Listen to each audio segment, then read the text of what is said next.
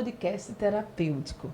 Aqui é um espaço onde vamos explorar temas profundos, complexos da nossa psique e da nossa vida cotidiana. Meu nome é Elisama, graduanda em psicologia, anfitriã e apresentadora desse programa. E hoje nós vamos entrar num assunto, gente, que toca todos nós de maneira diversa e muitas vezes complicada. Sexo, pornografia e a psicologia, obviamente. Vivemos numa era onde o acesso à pornografia é quase que instantâneo. Você pega um celular, você tem este acesso. Mas como essas experiências e essa exposição podem impactar a nossa mente, as nossas emoções? Como elas vão moldar nossas expectativas, as nossas relações, a nossa própria autoimagem? Nesse episódio, nós vamos examinar a interseção entre sexualidade e psicologia, discutindo como o consumo de pornografia pode influenciar a nossa vida, a nossa percepção de sexo e de relacionamento. E quais são os efeitos psicológicos disso, desse consumo insano? Conversaremos com um especialista que vai nos dar assim, ideias maravilhosas de como se livrar, de como conviver com essa situação e como se tratar em caso de abuso do uso da pornografia. Então vocês se preparem para essa conversa profunda e esclarecedora. Se você já se perguntou como esses temas afetam você ou aqueles que estão ao redor, fica conosco. Esse é o podcast terapêutico, que estamos aqui para iluminar a complexidade da mente humana com empatia e conhecimento. Vamos começar? Vamos lá, eu tenho aqui à minha frente essa boneca que é psicóloga e vai se apresentar. Seu nome, por favor? Boa tarde, meninas. Meu nome é Ellen Matos, sou psicóloga clínica de orientação psicanalítica. Também sou pós-graduanda na área de gestão estratégica de pessoas, orientação vocacional e na parte de sexualidade. Então, já tendo, há algum tempo essa demanda de sexualidade e terapia de casal, onde a gente percebe muita essa interseção em relação às demandas sexuais, uso de pornografia e outros abusos dentro do contexto das relações. Vocês estão vendo aí? Que menina linda, que maravilha termos Ellen aqui conosco. É um prazer, viu, para nós do podcast ter a sua participação. E você, menina, como é teu nome? Meu nome é Luciana, graduanda em psicologia, e temos aprendido bastante aqui no podcast e é uma honra receber a Ellen aqui conosco. Pois é, Ellen, vamos começar aqui com nossa conversa. A exposição frequente à pornografia, ela pode influenciar a percepção da sexualidade, relacionamentos interpessoais? Certamente. De que forma? Acredito que principalmente criando expectativas irrealistas acerca da própria sexualidade. Quando nós falamos em pornografia, nós falamos em algo muito performático. Sim. Então, essa exposição, quando contínua, exacerbada, quando a gente já entra ali em episódios um pouco mais frequentes, mais graves, mais intensos, ela culmina numa falha nessa percepção em relação ao sexo real. Porque a pornografia é uma expressão muito rica em estímulos, mas pobre em relação. O que cria uma distorção em relação ao que está ali sendo performado e ao que é possível dentro do contexto real. Então, para além disso, pode gerar diversos outros impactos dentro da autoestima, a dismorfia corporal. Então, quando eu vejo o ator lá, ele tem tal virilidade, ele consegue fazer de tal maneira e eu, no meu corpo real, eu não consigo alcançar. E cria muito esse cenário irreal em relação à performance, em relação a tempo de duração, então quanto que deve durar, uma relação sexual, como que deve ser, como que isso acontece dentro dos moldes reais. Então, a gente percebe que há um exagero em relação àquela prática, porque é uma prática performática, são recortes ali, que dentro do real não consideram a complexidade humana. Então, dentro do contexto para um sexo real ele acontecer, nós temos corpos diferentes, nós temos percepções da sexualidade diferentes, nós temos outras questões como consentimento, intimidade, criar uma atmosfera propícia para aquilo, e a gente vai discutindo mais à frente, mas acredito que o maior problema da pornografia seja, de fato, gerar expectativas irreais em relação à sexualidade, em relação à prática sexual e essa enxurrada de estímulo. Então, quando você está, assim como roda ali, TikTok, Instagram, você tem uma carga muito grande de estímulo de uma vez só. E o sexo real não é assim. Ele não acontece assim. Não é assim a dinâmica saudável de uma relação sexual. Verdade. E Eli, quais são os possíveis impactos psicológicos de começar o consumo da pornografia na adolescência em comparação à idade adulta? Deixa eu só entrar aqui nessa história, porque antigamente, na minha época, olha como eu tô antiga, meu Deus. Fiz uma viagem. Na minha época, a gente não tinha esse acesso, né, Luciana? Sim, sim. Na sua não, que você é mais jovem, mas... Silêncio na tribuna. Não tinha, né, esse acesso. A gente era aquela emoção quando a gente passava numa banca de revista que via uma foto. E as revistas eram escondidas, não é? Ali atrás, e não tínhamos acesso. Hoje em dia, uma criança, ela consegue... A gente não tinha esse acesso. E hoje uma criança de 6, 7 anos, ela está ali, né, com este acesso permitido e consentido pelos pais. Hoje a gente tem um acesso massivo em relação à pornografia, principalmente por públicos mais jovens. Pesquisas já dão conta que crianças de 8 a 9 anos já têm esse primeiro contato com a pornografia. Não com a educação sexual, que seria excelente, mas com a pornografia. E falando especificamente nesse público, em relação ao adulto, tem um impacto extremamente profundo, porque é quando ele começa a delimitar, né, quais são seus valores, o que é que ele entende como certo e como errado. E isso cria nele uma expressão, uma visão da expressão sexual totalmente fora de contexto, como algo agressivo, algo violento, algo extremamente cheio de estímulos, com a carga muito alta, e pode levar a diversos impactos na formação dessa personalidade, na formação dessa sexualidade. Então, quem é que eu sou, como é que eu sou, e o meu corpo que não se encaixa, principalmente se tratando da adolescência, que é um corpo em formação, Sim. é uma mente em construção. Então, normalmente é um corpo que não está formado, que não se encaixa, que tem partes ali que não agradam, que tem partes que não são como dos adultos são, e por que eu ainda estou assim? E isso pode gerar uma quebra na identidade dele, dentro da própria construção da relação sexual, gerando uma expectativa de relações sexuais precoces. Isso pode culminar em riscos para essa criança, para esse adolescente. Então, hoje é muito frequente que os adolescentes tenham experiências sexuais muito cedo. E dependendo da maneira como ocorrer essa primeira experiência sexual, ela pode sim ser traumática. Porque ela vai com uma carga de expectativa, que o sexo real, para uma primeira relação, muito provavelmente não vai atender. O real, ele não dá conta do que é visto no pornográfico, mais uma vez.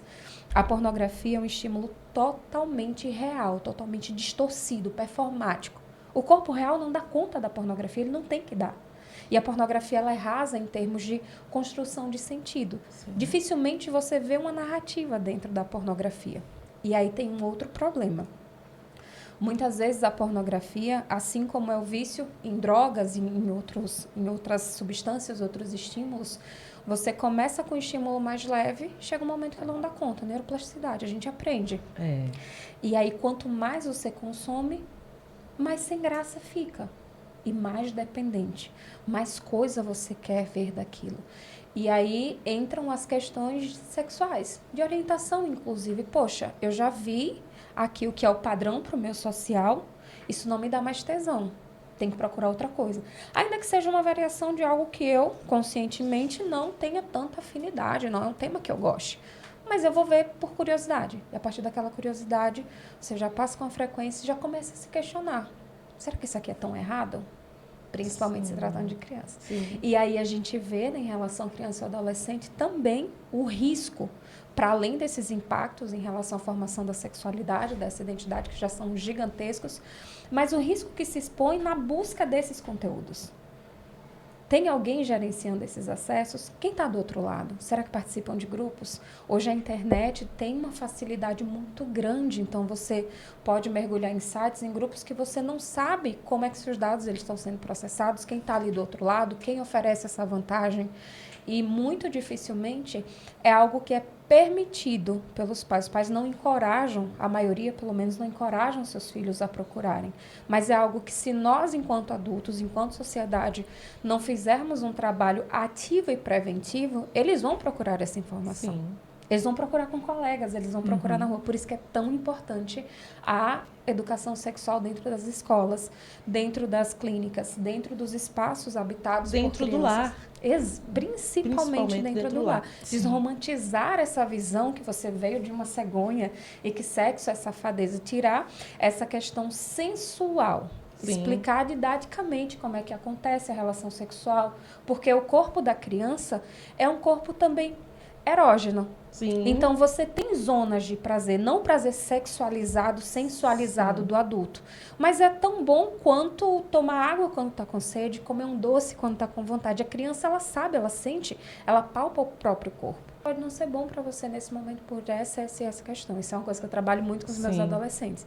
Mas qual é o erro de muitos pais? Você não pode fazer isso é errado. A conscientização, a conscientização, ela é tão importante quanto a escolarização, eu digo. É tão importante você educar com relação à sexualidade quanto você alfabetizar. E aí, quando você me perguntou assim, vai ter uma criança aqui hoje?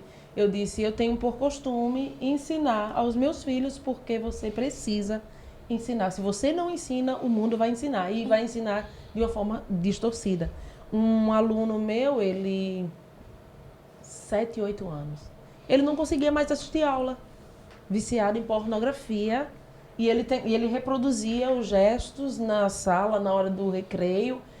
O menino estava realmente assim, fora do controle, né? A pornografia tinha tomado conta da mente dele e ele não tinha mais aquele controle do estímulo infantil, né? Ele não tinha mais aquele comportamento infantil. E pode atingir também e afetar a nossa autoimagem, a nossa autoestima. Me fale um pouco sobre isso, né? Você já tinha até pincelado sobre isso, né? Você vê num filme pornográfico, né, situações bizarras. E aí, quando vai para a vida real, se torna bizarro também. Né? Porque você não consegue comparar nem realizar da mesma forma. E aí, como fica? Gera distorções porque o que é a pornografia? É um sexo exacerbado, totalmente performático. E você, muitas vezes, é levada a essa comparação. Poxa, meu corpo não é daquele jeito. A minha performance não é daquele jeito. E para um sexo ser bom, ele tem que ser daquele jeito, porque como os atores fazem, ele chega ali numa maneira que eu não estou chegando. Só que esses atores, eles são profissionais do sexo, eles são hiperestimulados, inclusive por muita substância química. Sim. Então, tem os medicamentos que se toma, tanto em relação a aumento, né, da circulação sanguínea, a postergação da própria ereção, e quanto muita coisa ali que é encenada mesmo, que são colocados aditivos dentro daquelas cenas para parecer que ali foi a partir daquela relação. E por que isso afeta a autoestima? Porque a autoestima vai muito além da maneira como eu me vejo visualmente. É a maneira como eu me aceito, é a maneira como eu vejo o meu corpo, é a maneira como eu entendo que eu dou conta de fazer as coisas, é a minha capacidade. E isso vai gerar uma quebra nessa autoimagem, porque você vai querer ser como o ator é, fazer como ele faz. Isso não se concretiza dentro do real. E aí vai gerar essa quebra na autoestima, porque você pode se sentir inferior, porque não teve uma performance parecida com aquilo que você considera que seria o ideal. Sim. Então, a pornografia ela acaba sendo assimilada como um ideal totalmente distorcido, que não é possível dentro do real. Mas, para além disso, a partir do uso frequente de pornografia, você pode ter também uma baixa na sua libido. Por quê? Você está hiperestimulado. É o que a minha mentora, e um abraço, Iris Souza, que ela é sexóloga, minha referência em área de sexologia, ela criou uma expressão que eu amei, chamada cérebro dopamimado. Ou seja, quando a gente tem a masturbação, o acesso excessivo ao uso de pornografia, a gente libera uma alta quantidade de dopamina. Aquilo dentro da nossa curva real de trocas sexuais, de trocas afetivas, a gente não tem tanta dopamina, porque ali é um hiperestímulo. A gente está com visual 12 de 10. E aí talvez o meu corpo não seja tão bom, talvez a minha parceria não seja tão boa. Eu não consigo ficar tão bem quanto eu fico com a pornografia com ela. E aí negligencia a relação, a intimidade, a própria responsabilidade na criação de uma atmosfera propícia para que essa relação sexual prazerosa, íntima, ela de fato aconteça. E para além disso, através do consumo, como está com a dopamina lá em cima, esse estímulo ele não vem ali no real, você pode ter dificuldades dentro da própria expressão sexual. Baixa libido, dificuldade com a questão erétil, ansiedade de desempenho. Então, você fica tão ansiosa com aquilo, com tanto medo de falhar, que você falha antes mesmo de começar. Ou até consegue fazer o sexo, mas você faz o sexo com culpa, como se fosse objetificado. Você já vai com a métrica, poxa, eu não atingi essa métrica. Tanto medo daquilo ali dar errado, já dá. É aquela expressão, né? Não pense no elefante branco. A primeira coisa que você faz é pensar. Então, o que é que eu vejo, em muitos casos, pessoas cada vez mais jovens ali cedendo ao uso de medicamentos para conseguir ter uma relação sexual e fazer um sexo sem medo de falhar. Sim. E o que é que isso causa? Um monte de jovens já com dependência da própria pornografia, com dependência do medicamento. Ali eu só consigo ter segurança para ir para um date se eu tiver tomado aquele comprimidinho. E eu me sinto refém. E aí vira o sexo culposo. Então, eu faço, mas eu sinto que aquilo ali não foi bom para mim. E aí eu me culpo. Ainda que eu tenha dado conta de fazer o sexo, eu me culpo. Porque não fui eu. E aí vai gerando uma bola de neve. E qual o papel da pornografia dentro de tudo isso? A pornografia, ela desensibiliza. Sim. Você passa a não ter um sexo saudável. O que é o sexo? É a mais pura expressão da sua singularidade. Para eu ter um sexo prazeroso, eu tenho que ter confiança, eu tenho que ter intimidade, eu tenho que ter uma atmosfera prazerosa para que aquilo ali seja possível. Mas se eu não construo isso, eu vou só atrás da performance, eu vou ser julgado só por aquilo. Entendi. E eu já vou com esse ar de jurada. Eu já começo ali, não tem que ter a performance desse jeito. E muita gente já monta um passo a passo na cabeça. Então, essas serão as etapas que eu vou percorrer. Se alguma daquela etapa não é cumprida, já não funciona mais. Foi péssimo, foi ruim. E aí você já baixa a libido, baixa a entrega. E a expressão não acontece. Não acontece a troca de maneira genuína. Nunca vai chegar no nível da pornografia que você consumiu. E nem deveria. Não deveria, não vai chegar, porque você vai estar sempre esperando mais, né, ansioso por mais e querendo mais e não vai dar certo nunca. E de que forma o consumo da pornografia pode influenciar a formação e a manutenção de expectativas realistas e idealizadas sobre o sexo? É justamente isso. Como você cria uma fixação muito irrealista do que é a expressão sexual, você se culpa por aquilo não ser possível. E aí você mina a possibilidade daquela troca ela acontecer de uma maneira prazerosa, de uma maneira sensível, de uma maneira genuína. E aí a gente tem diversos perfis que a gente acaba abordando com muita dismorfia. Porque eu vejo aquele corpo, o meu corpo não é aquele, logo eu não me sinto uma pessoa desejável. Sim. E aí a gente tem um impacto muito profundo em relação a essa expressão sexual. Por isso que a pornografia, ela interfere tanto nessa construção do que é sexualidade para mim. Entendi. E isso afeta também a minha relação com o outro, porque eu espero do outro um espelho daquilo que eu estou esperando de mim. Sim. Então, se eu quero performance comigo, eu quero que o outro minimamente dance ali conforme aquela peça que eu ensinei na minha cabeça. Eu quero que o outro performe também. Sim. Eu quero que o outro traga expressões, goste de práticas que às vezes ele nem teve acesso, que não são prazerosas para ele, mas por eu já estar tão exposto àquele estímulo, parece que todo mundo também deveria saber, que é óbvio. Sim.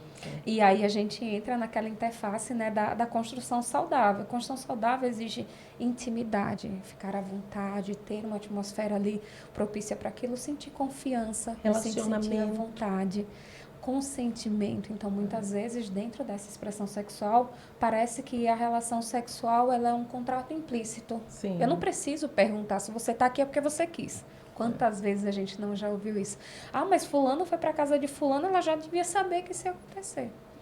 E aí vai criando. Por quê? Porque nos vídeos chega alguém e já começa. Não é assim que funciona. Não é assim que funciona no real. Então é aí onde ocorre essa quebra. Porque esse sexo possível dentro da pornografia, ele não é um sexo possível dentro do real. Se possível, ele muito provavelmente não vai ser saudável. Sim. Nós temos sempre a pergunta do ouvinte. Meu nome é Tiago e eu gostaria de saber quais são os efeitos psicológicos e emocionais do vício em pornografia e como isso pode afetar a saúde mental e as relações pessoais. Perfeito. Nós temos inúmeros impactos, né, na questão psicológica, social e emocional. E aí parte dessa premissa, né, da expectativa irrealista. Você pode ficar descontentado com as relações. Por exemplo, eu não tenho uma parceria fixa. E aí eu espero que todas essas parcerias que eu tenho, elas me satisfaçam tal qual dentro do acontecimento pornográfico. E eu não tenho a preocupação de fazer a construção do laço para que seja uma relação que atenda minimamente essas minhas expectativas. Sim. A gente já tem uma quebra. Se eu tenho uma parceria fixa, quando há um vício em pornografia, eu posso perder o interesse sexual pela minha parceria, porque a parceria ela não está de acordo com aquela expectativa que foi gerada.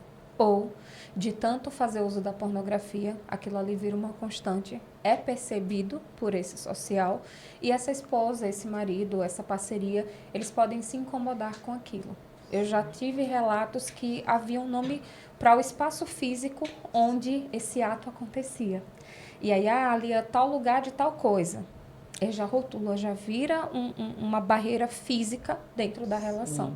A gente também tem um esfriamento da relação, porque a pessoa ela vem muito aquecida daquele estímulo e, às vezes, a parceria ela não consegue atender essa demanda. Sim. Porque não é algo que eles estão em um estímulo síncrono, não é algo que eles estão ali em sintonia.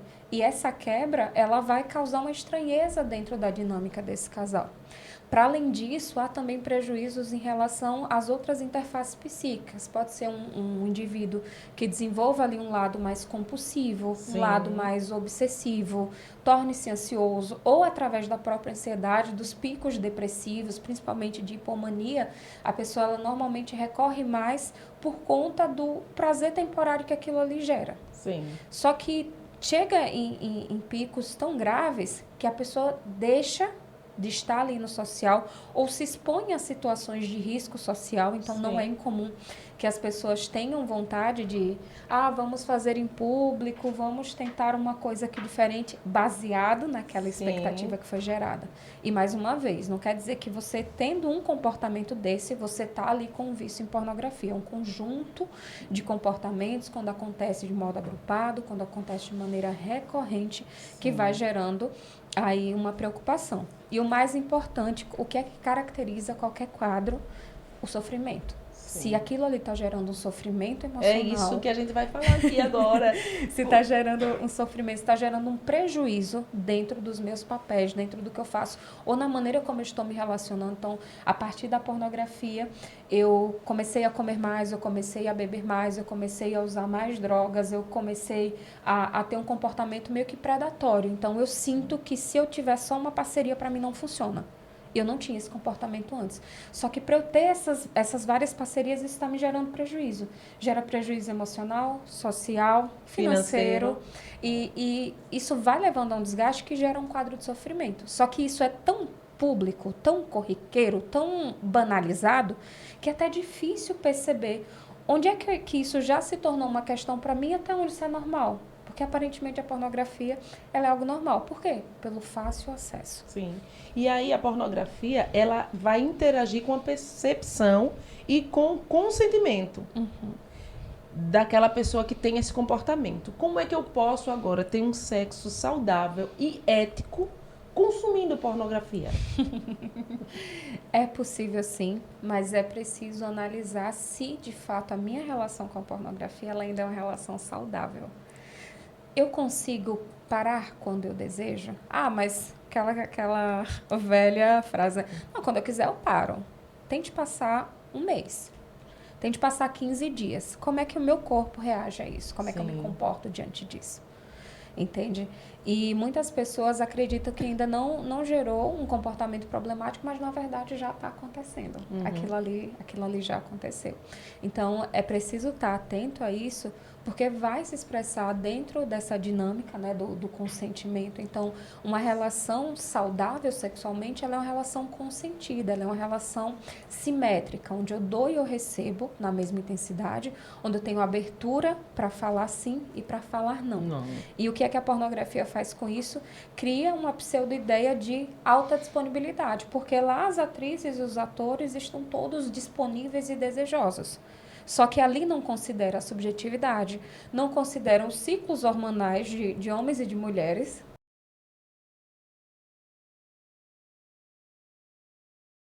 E de mulheres principalmente, porque a gente sabe que nós ficamos ali 5 dias do mês no estado normal. De resto, a gente está muito influenciada por essa questão hormonal. A gente precisa considerar também a trajetória dessa relação. Nós temos uma relação saudável, nós temos intimidade. Intimidade não é só sexo, carícia e carinho. Intimidade é confiança, intimidade é entrega, intimidade é abertura, intimidade é se sentir visto, ouvido, percebido e respeitado dentro da relação. Sim. Então, muitas vezes essa intimidade, ela tá frágil e aí tem sempre um parceiro. Não, porque eu quis, você não fez nada. Naquele dia você não quis.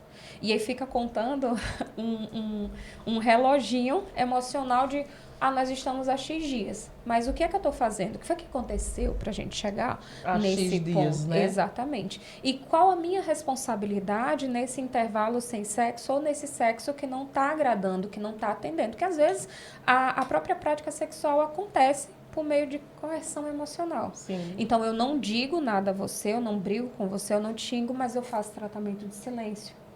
Eu lhe trato diferente. Eu termino ali, me satisfaço. Tô nem aí se você tá bem, se você ficou bem depois daquilo. Eu trato você de qualquer maneira durante todo o dia, mas à noite eu espero você altamente desejosa. E disponível. Disponível, exatamente. Então, para além do consentimento, a gente tem muitos outros parâmetros para que essa relação sexual ela seja possível de uma maneira saudável. E não seja abusiva. Exatamente. E aí entra principalmente quando já se há um relacionamento, porque o fato de construir um relacionamento parece que é uma porta aberta para eu fazer o que eu quiser no momento que eu quiser. Sim. Não somente na relação sexual, mas principalmente na relação sexual, quando ela é percebida por esse casal como uma moeda de troca. Sim. Em muitos casos, o sexo ele é visto como uma moeda de troca, como um indicativo se o meu relacionamento está bom ou não. A sexualidade ela é importante. Ela é importante para a manutenção da intimidade, da entrega, do prazer para o próprio biológico. Um casal com a sexualidade boa, ele vai ser um casal muito forte, muito pertencente um ao outro. Mas é preciso entender que a sexualidade ela é consequência de uma relação saudável. E aí tem várias outras coisas que influenciam. Intimidade, comunicação, o próprio ambiente. Então, nós temos uma casa, vamos colocar uma relação heteronormativa. Então, nós temos uma casa, temos um marido, temos uma esposa, temos filhos. E aí a carga dos filhos, a carga do cuidado da casa fica com a esposa. Essa esposa provavelmente também trabalha ou fica ali restrita a essas atividades do lar. Nós temos cargas de trabalho diferentes, nós temos esforços diferentes, nós temos corpos diferentes, nós temos emocionais diferentes. Nós não podemos cobrar que o outro reaja como eu quero, no momento que eu quero, porque eu quero. Então, carga de trabalho, vamos botar a mulher, carga de trabalho, as responsabilidades com o lar, as responsabilidades consigo mesmo, né? De beleza, de autocuidado, questão financeira, questão com os filhos. É uma carga muito grande, não é? E aí você botar essa carga ainda à pornografia é quase que destrutivo. Exatamente. É quase que destrutivo. Mas normalmente não é visto dessa maneira. Parece que é justo, é implícito. Olha lá o combinado implícito. Não, você tem que estar disponível quando eu quero você. E acontece também o inverso. Sim. E aí, mais do que isso, tem também um contexto emocional. Se eu estou mais deprimido, eu tenho menos desejo. Sim. Se eu estou passando por um momento difícil na carreira, ou pessoalmente falando, eu posso estar muito bem aqui por fora, Mas por hormonalmente, dentro, né? e emocionalmente posso estar em sofrimento. Isso vai minar a minha libido, Sim. isso vai minar o meu desejo. Ou eu tô com tudo ok, mas hoje eu não quero. Sim. Eu não quero. Eu tô bem, a gente tá numa atmosfera legal, nossa relação é boa, mas eu não quero. E aí volta. A pornografia, ela é um sexo muito responsivo. Sim. Então, toquei igual porta de shopping, encostei, abre. É. E no real não é assim. E Ela... só para Sim. complementar essa questão. Mulheres têm tanta libido quanto os homens. A diferença é que, hormonalmente, nós temos composições diferentes. E as nossas cargas são diferentes. São diferentes. E a mulher, ela vive um estigma que a mulher não é desejosa. Porque Sim. o nosso corpo, socialmente, historicamente, ele é projetado como algo para o outro. E aí vem, mulheres, esse recado é exatamente para vocês. O seu corpo, a sua região íntima, as suas zonas erógenas, são tão suas. Seu corpo, ele não é veículo de prazer para o outro. O seu corpo é seu. Antes de querer oferecê-lo para o outro, tenha certeza que ele é seu, inteiramente seu. Que você o conhece tão bem quanto as suas mãos, quanto as suas unhas, quanto a textura da minha pele. Mulher, nossa, a textura da minha pele piorou, deixa eu passar aqui um sérum que tem substância tal. Mas será que você está com esse cuidado em relação ao seu autoconhecimento? Qual é a região que mais lhe dá prazer hoje? Qual é o tipo de toque que você gosta? Quais são as relações que mais lhe estimulam e por quê? Então, muitas vezes, há uma negligência do feminino, porque o homem, ele já tem mais, socialmente falando, essa construção de conhecer-se mais cedo e explorar o seu corpo mais cedo. E o corpo do homem nunca é só para a mulher, o corpo do homem também é para ele, é veículo de prazer para ele. Mas o da mulher, aparentemente, socialmente, historicamente, a construção que se cria é que o corpo da mulher é para o homem. Mas o corpo da mulher, primeiro e mais importante, deve ser para ela. Então, Elisama, determinados toques eu não gosto. Eu prefiro assim, eu prefiro de tal maneira. Até para que você possa conduzir o seu parceiro e estipular limites saudáveis. Toda relação sexual, ela precisa ter limites, assim como a relação amorosa. Então, eu estabeleço, principalmente com os meus casais, a gente estabelece alguns combinados para que a dinâmica da relação e do próprio sexo flua de maneira harmoniosa, de maneira simétrica. Que eu não me sinta coagida a fazer determinada prática só porque o outro quer, quando eu não me sinto bem. Isso é muito comum e a gente vê um percentual, principalmente das mulheres, cedendo a esses estímulos, porque socialmente, aparentemente, e vamos quebrar isso, vamos fazer com que isso não aconteça mais, meu corpo é para o homem, meu corpo é para satisfazer a minha parceria. E não é. E, Ellen, em que medida a pornografia pode influenciar comportamentos sexuais compulsivos ou desadaptativos? Beleza. Primeiro vamos explicar para o público o que é desadaptativo. Como o próprio nome já diz, adaptação é aquilo que favorece. Desadaptativo é aquilo que não favorece, que desfavorece a ocorrência daquela determinado comportamento. Por que essa exposição, né, influencia de maneira desadaptativa?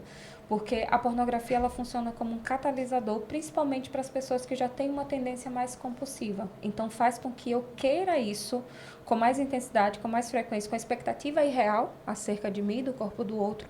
Isso pode incorrer em diversos riscos. Então, por exemplo, se eu tenho ali uma visão exacerbada em relação à sexualidade, a gente vai ter, primeiro no consumo, uma escalada insaciável disso, neuroplasticidade. Então, eu vou vendo, aquilo ali vai ficando sem graça, eu vou procurando mais, e no real é impossível da gente conter isso. Você fica muito mais vulnerável a ceder a esses estímulos. Então, eu quero para agora, eu quero mais. E a partir disso, principalmente olhando para o lado compulsivo, a gente pode ter uma maior exposição em relação à possibilidade de contrair doenças sexualmente transmissíveis e infecções. A gente pode ter um prejuízo social, então a partir do momento que eu tenho interesse em fazer, eu quero fazer aquilo ali mais vezes e eu vou perdendo esse risco, esse medo. Uhum. Então, você tem ali como um catalisador mesmo, algo que diz, eu posso ser sem limite e o céu é o limite, eu vou nesse loop infinito. Pronto. E o nosso programa, ele passa muito rápido, porque normalmente as conversas são muito boas, não é? São 30 minutos muito bem gastos. E a pergunta que eu tenho para fazer é o seguinte. Falamos da pornografia como um grave problema, né? Para o homem, para a mulher, para a família em geral. Falamos que a pornografia ela afeta a sua autoimagem, né? A sua forma de ver o outro, a sua autoestima também. Mas como uma educação sexual e a terapia podem ajudar a, pelo menos, mitigar os efeitos negativos desse consumo da pornografia e promover uma sexualidade saudável e consensual. Eu vou ser ousada ao falar isso, para além de mitigar, a gente consegue desconstruir isso, essa visão disfuncional em relação à pornografia. E, através da terapia, a gente vai promover justamente esse movimento de desconstrução para que a pessoa consiga criar sua própria expressão da sexualidade. Não aquela vista ou aprendida lá atrás, mas a partir do que eu entendo que é pertinente, do que o meu corpo dá conta e do que eu posso esperar do outro. Então, nós promovemos, através da terapia, esse conhecimento acerca da sua própria história, da sua própria essência. Quebramos, né, essas primeiras certezas de como se constituiu essa expressão sexual para que essa pessoa ela possa reconstruir uma relação e uma sexualidade, uma expressão que caiba dentro do real. Sim. E aí entra aliado, né, a terapia junto com a educação sexual para que essa vida sexualmente ela seja possível, ela seja leve e prazerosa como deve ser e enriquecedora falando emocionalmente e não apenas performática e física. Então a sexualidade, como eu falei lá atrás, é a mais pura expressão da nossa subjetividade. Então, a gente precisa que aquilo ali seja nosso, e não uma coisa que eu vi fulaninho fazendo lá de um jeito que nem me cabe, que nem é boa para mim, mas que de tanto repetir aquilo ali se tornou minha verdade. Então, vamos desconstruir não somente a sexualidade, mas toda a nossa história para que a gente realmente separe o que é do outro, separe aquilo que esperavam de mim e o que eu sou, porque o que você é, você sustenta. Foi um imenso prazer, Ellen, ter você aqui conosco durante esse programa. A gente sabe que você também aprendeu muito conosco, né, com esse bate-papo gostoso, descontraído. E nós chegamos ao fim desse programa sobre sexo e saúde, bem-estar. Na verdade, ao longo dessa jornada, nós abordamos esse tema tão importante relacionado ao bem-estar e a sua saúde emocional, reforçando que você precisa se conhecer para que você dê um basta ao abuso, de seja qualquer coisa. Diga não ao abuso. Lembre-se de cuidar de sua saúde emocional, sua saúde mental. E quando você começa a cuidar da sua saúde mental e emocional, você começa a construir relacionamentos saudáveis, equilibrados e respeitosos. Vamos cuidar do nosso corpo, da nossa mente? É com imenso prazer que terminamos aqui o nosso programa. Nós só pedimos uma coisa. Dê um like, compartilhe, comunica ao pessoal aí, porque a gente não pede nada, mas entrega tanto nesse programa, não é verdade? Uma boa noite, uma boa tarde, um bom dia para você e até o próximo programa.